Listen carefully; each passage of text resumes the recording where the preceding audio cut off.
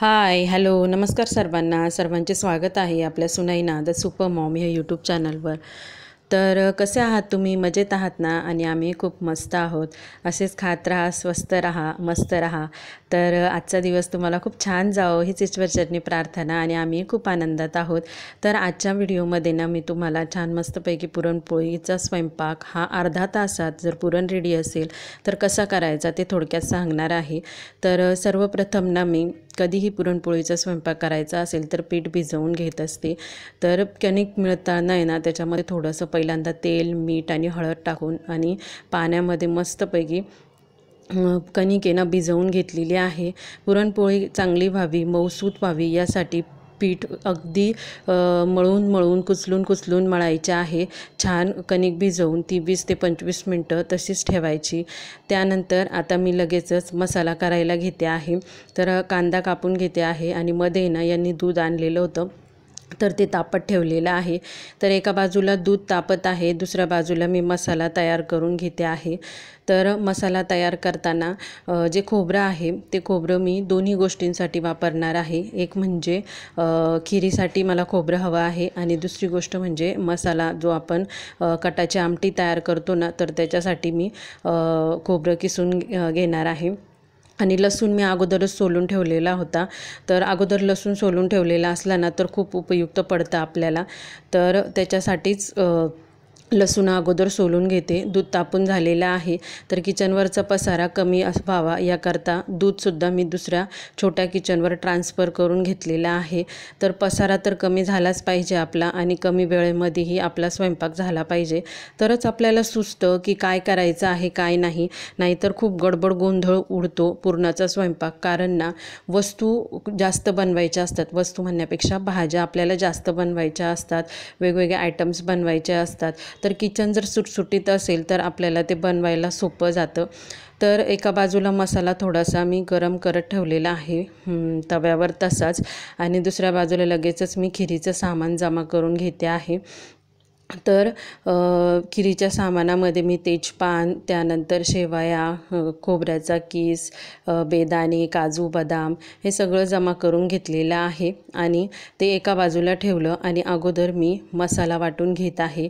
तर मसाला कसा लगेच झाला की वाटून घेतला म्हणजे बरं असतं. तर मसाला ठेवून दिलेला आहे आणि दुसऱ्या बाजूला लगेचच मी भज्यांचं पीठ भिजत ठेवणार आहे. कारण भज्यांचं पीठ भिजत ठेवलं तर ते भजे खूप छान चवीला लागतात. त्यामुळे भज्यांचं पीठ मी एका बाजूला भिजत ठेवलेलं आहे. आत्तापर्यंत आपले 3 आयटम आहे. हे भज्यांचं पीठ झालेलं आहे, मसाला तयार झालेला आहे आणि खिरीचं सामान जमा झालेलं आहे. आता आपली बेसिक तयारी झालेली आहे. तर मग लगेचच मी आपली जी कटाची आमटी आहे तिला फोडणी देत आहे. तर आता कटाची आमटीची फोडणी होईपर्यंत म्हणजे तेल टाकून त्याच्यात मसाला टाकलेला आहे आणि तो मसाला व्यवस्थित परतून होईपर्यंत दुसऱ्या गॅसवर लगेचच मी खिरीला फोडणी देणार आहे. तर म्हणजे तोपर्यंत आपला मसाल्याला चांगली फोडणी बसते किंवा मसाला तेलामध्ये चांगला परतला जातो. तर आता मी काय करणार आहे, खिरीसाठी थोडंसं तूप टाकणार आहे आणि त्याच्यामध्ये सर्वप्रथम आहे ना शेवया लाल करून घेते. खोबरं आणि शेवया एकत्र टाकत नाही, पहिल्यांदा शेवया करून घेते आणि त्यानंतर मग खोबऱ्याबरोबर जे आपले ड्रायफ्रूट्स आणि बेदाणे वगैरे जे आपण काही घेतलेले आहेत तर ते सगळं टाकून फ्राय करून घेते. त्यानंतर दूध वगैरे टाकून, साखर वगैरे टाकून खीर आपली लगेचच तयार झालेली आहे. तोपर्यंत इकडे आपला जो मसाला आहे तो व्यवस्थित फ्राय झालेला आहे. आता खिरीकडे आपल्याला बघायची आवश्यकता नाही, तिची ती उकळत राहील. तोपर्यंत आपण इकडे मसाल्यामध्ये लाल तिखट आणि मसाला टाकून कटाची आमटी तयार करून घेणार आहोत. तर आमटीसाठी मी फक्त जे आपले हरभऱ्याच्या डाळीचं पाणी डाळ शिजवताना यूज करतो तर ते मी टाकत असते. तर आता आज माझ्याजवळ पाणी नव्हतं तर मग मी थोडंसं पुरणाचंच पाणी तयार करून आणि मग त्याची कटाची आमटी तयार केलेली आहे. ह्या दोन्ही गोष्टी तयार झाल्यानंतर लगेचच मी आता भाताला फोडणी देणार आहे. तर जेव्हा केव्हा कधी मी पुरणाचा स्वयंपाक करते तर फोडणीचा भात आमच्या घरामध्ये जास्त आवडतो. लगेचच एक बाजूला जिऱ्याची फोडणी देऊन पाणी उकळत ठेवलेलं आहे आणि आता मी भात ठेवते आहे। तर आता ॲट अ टाईम आपले 3 आयटम तयार झालेले आहेत आणि तिन्ही गॅस आता माझे पॅक आहेत। तर तोपर्यंत मी काय करणार आहे, जे किचनवर बाकीचे जे काही भांडे आहे किंवा जे काही भांडे मी यूज केलेले आहे त्यातलं खरकटं सगळं काढून घेणार आणि ते व्यवस्थित क्लीन करून घेणार। आता तोपर्यंत माझी कटाची आमटी आणि खीर ह्या 2 गोष्टी रेडी झालेल्या असतील। तर मग त्यानंतर आता मी तयार करायला घेणार आहे भजे आणि पुरणपोळी। तर भजे आणि पुरणपोळी ह्या दोन्ही गोष्टी मी सायमल्टेनियस करणार आहे। तर मी किचनचा जो काउंटर टॉप आहे तो व्यवस्थित क्लीन करून घेतलेला आहे, म्हणजे प्रिपेअर केलेला आहे ह्या 2 गोष्टींसाठी। आणि बेसिनमध्येही जो काही कचरा होता, म्हणजे जे काही बारीक सारीक आपला खरकटं पडलेलं असतं तर तेही मी काढून घेतलेलं आहे। आणि आता मी सुरुवात करणार आहे पुरणपोळी आणि भजे करण्यासाठी। तर पुरणपोळी आणि भजे जेव्हा आपण करायला घेतो ॲट अ टाईम, कारण पुरणपोळी करायला आपल्याला इतर काही गोष्टी कराव्या लागत नाही असं म्हटलं जातं, पण मी दोन्ही गोष्टी एका वेळी करते। तर पहिल्यांदा गॅसवर तेल तापेपर्यंत मी इकडं एक पुरणाच्या पोळीचा उंडा तयार करून घेते आणि तो उंडा थोडाफार लाटून घेईपर्यंत आपले इकडे छान मस्तपैकी तेल तापलेलं असतं भज्यांसाठीचं। तर इकडे पोळी तयार झाली की इकडे लगेच भज्यांचं टाकून घेते मी, म्हणजे कसं एका बाजूला पुरणपोळी होतात आणि दुसऱ्या बाजूला आपली भजेही होतात। बघा माझी एक पोळी जाईपर्यंत व्यवस्थित तेल तापलेलं आहे आणि लगेचच मी भजेही टाकलेले आहे आणि तिसऱ्या गॅसवर छान मस्तपैकी आपला भातही होत आहे।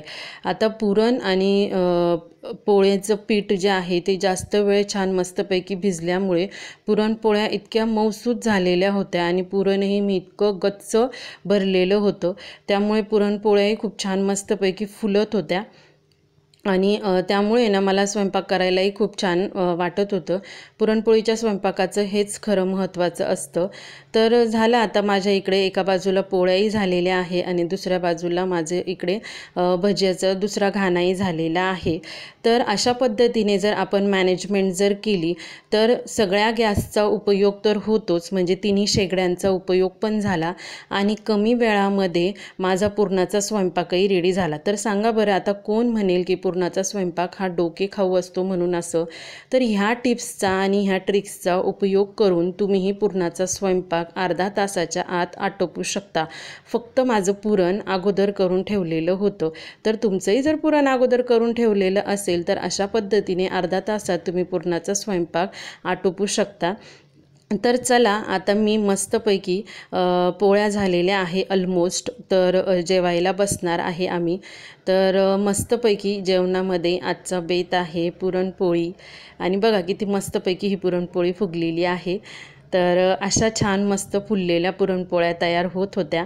तर आता मी प्लेट करायला घेते, मस्तपैकी भजे, त्यानंतर पुरणाची पोळी, नंतर खीर, नंतर कटाची आमटी की ज्याला आम्ही सार म्हणतो, पापड, भात। तर असा संपूर्ण पुरणाचा स्वयंपाक रेडी झालेला आहे। व्हिडिओ जर आवडला असेल तर व्हिडिओला लाईक करा, चॅनलवर नवीन असाल तर चॅनलला सबस्क्राईब करा। पुन्हा भेटू अशाच एका नवीन व्हिडिओमध्ये, तोपर्यंत बाय बाय, टेक केअर।